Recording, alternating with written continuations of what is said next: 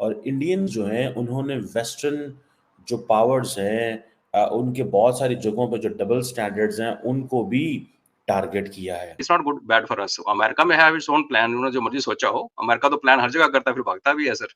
अब अगर हिंदूज़ पे अटैक हो रहे हैं, मैस अटैक्स हो रहे हैं और क्या लोकल्स जो हैं वो वहाँ पे लोग जो हैं वो हिंदुओं को प्रोटेक्ट कर रहे हैं या बाकी माइनॉरिटीज़ को, ईसाइयों को, सिखों को प्रोटेक्ट कर रहे हैं? यार ये रिवेंज अटैक तो था ही नहीं, हिंदुओं ने कभी मारा ही नहीं था मुसलमानों को, ये कैसे हो रहा है? लेकिन ये जो हेडलाइन थी बहुत बड़ी थी।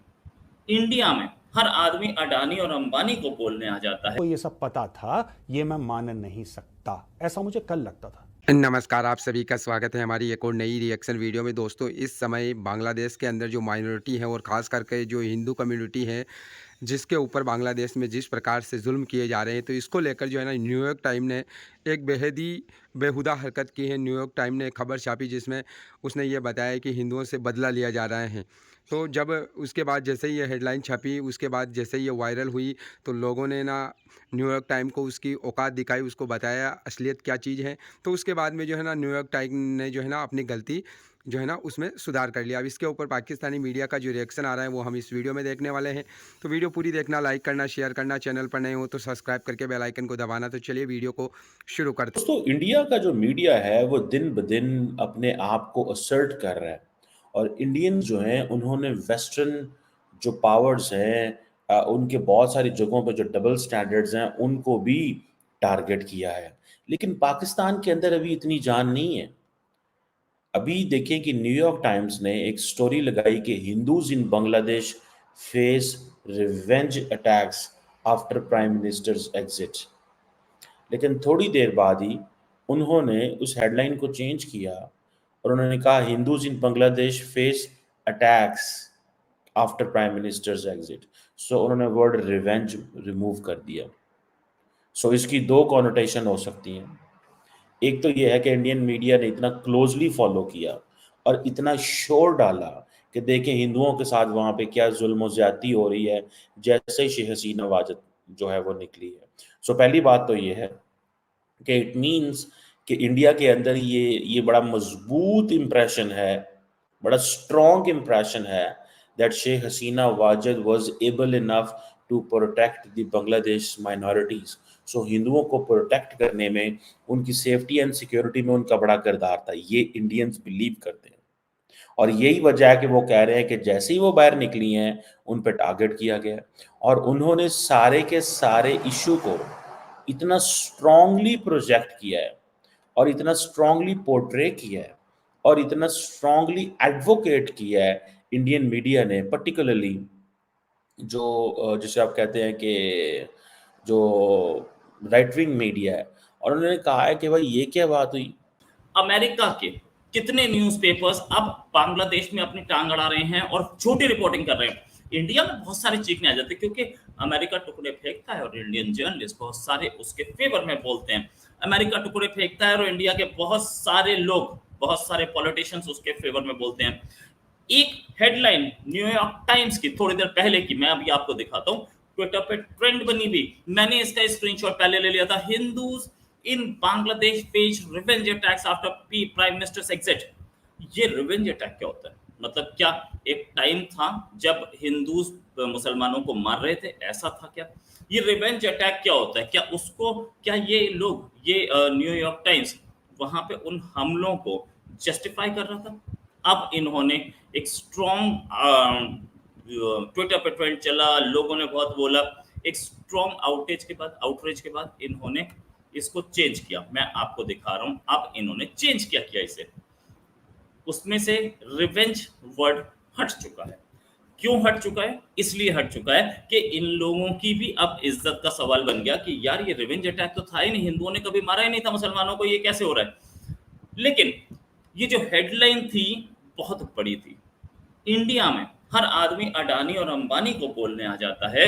कभी मैंने आज तक नहीं सुना कि एक आर्टिकल नहीं देखा न्यूयॉर्क टाइम्स में, चाहे वो टाइम्स ऑफ लंदन हो, चाहे वो कोई और हो। सीएनएन में एक वीडियो नहीं देखा मैंने, सीएनएन में कुछ नहीं देखा, बीबीसी में नहीं देखा कैसे रूथशाइल्ड फैमिली काम कर रही है या कैसे ब्लैक रॉक काम कर रही है। इंडिया में बहुत बन रहा है इनके खिलाफ, फॉरेन में नहीं बनता है। फॉरेन में क्यों नहीं बनता? क्योंकि सारा पैसे का गेम है और पैसे ही इनके पास है। पैसे पैसे के लिए तो इंडियन जर्नलिस्ट इनके साथ मिल जाते हैं। आज वो क्या है, आज उन्होंने सब चेंज करके इंडियन नेम्स रखने शुरू कर दिए, because they want, they are believing कि वी हैव टू रिपीट, हमें वो जो हिस्ट्री जो हमें पढ़ाई गई है उससे हमें बाहर निकलना, we can't live the way we are. लेकिन पाकिस्तान अभी इस सारे प्रोसेस में नहीं है। पाकिस्तान ये समझता है कि हमें जैसे तैसे वेस्ट के साथ जो भी है अपने आप को अलाइन रखना है। तो बहुत सारे लोग जिसे वो कहते हैं ना, लेकिन पाकिस्तान की एकेडमिया के अंदर ये एक है कि हमें जो है वो कैसे अपने आप को डी-वेस्टर्नाइज़ करना है इन टर्म्स ऑफ लिटरेचर। जो लिटरेचर इंटरनेशनल पॉलिटिक्स में आया है, हमें 1945 का लिटरेचर नहीं पढ़ाना, हमें कंटेम्प्रेरी लिटरेचर पढ़ाना है। इंटरनेशनल पॉलिटिक्स की बात कर रहा हूँ या हिस्ट्री की बात कर रहा हूँ। सो ज़ाहिर बात है, इसके लिए बहुत सारे आपको रिसोर्सेज चाहिए, इसके लिए मोटिवेशन चाहिए, इसके लिए नेशनलिज्म चाहिए, इसके लिए वो विल चाहिए, इसके लिए वो फॉरवर्ड लुकिंग अप्रोच चाहिए। सो एंड देन ये चीज़ें तभी जाके बेहतर हो सकती हैं। अब ज़ाहिर बात है, इंडिया के जो है वो बांग्लादेश में बड़े स्ट्रॉन्ग इंटरेस्ट हैं और इंडिया कॉन्टिन्यूसली एक चीज़ कह रहा है कि देखें जी, मंदिरों पे हमले हो रहे हैं, ठीक है। और वहाँ पे जो है वो आम जो रॉबर्स हैं, उन्होंने बहुत सारे हिंदुओं को लूटा है, उनकी वो किया है।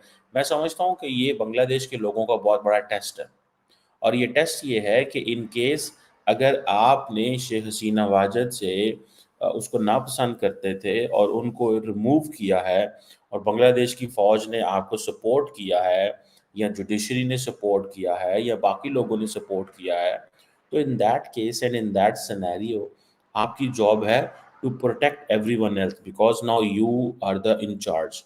वो जो मॉब है, जो लोग हैं, ये उनका काम है कि वो इन चार्ज बने और वो चीज़ों को सँभालें।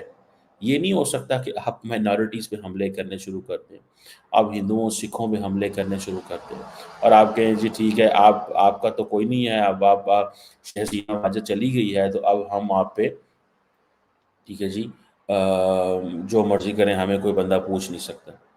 दिस एटीट्यूड जो है ये this is not good for the Indians, for the Bangladeshi people. So जो वायलेंस का इकोसिस्टम है, ठीक है जी, ठीक है जी, ये चेंज होने की ज़रूरत है। अब अगर हिंदूज़ पे अटैक हो रहे हैं, मैस अटैक्स हो रहे हैं और क्या लोकल्स जो हैं वो वहाँ पे लोग जो हैं वो हिंदुओं को प्रोटेक्ट कर रहे हैं या बाकी माइनॉरिटीज़ को, ईसाइयों को, सिखों को प्रोटेक्ट कर रहे हैं। ठीक है, बांग्लादेश एक मुस्लिम मेजॉरिटी कंट्री ज़रूर है, ठीक है जी, लेकिन इज़ इट ये ऐसे तो नहीं है कि आप माइनॉरिटीज़ पे हमले करने शुरू कर दें। क्या बांग्लादेश की जो अखबारें हैं वो उसको हाईलाइट कर रही हैं? बांग्लादेश की सिविल सोसाइटी इसके ऊपर उठ रही है? ठीक है जी।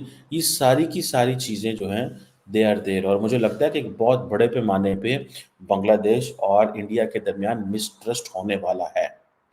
ऑलमोस्ट हो चुका है।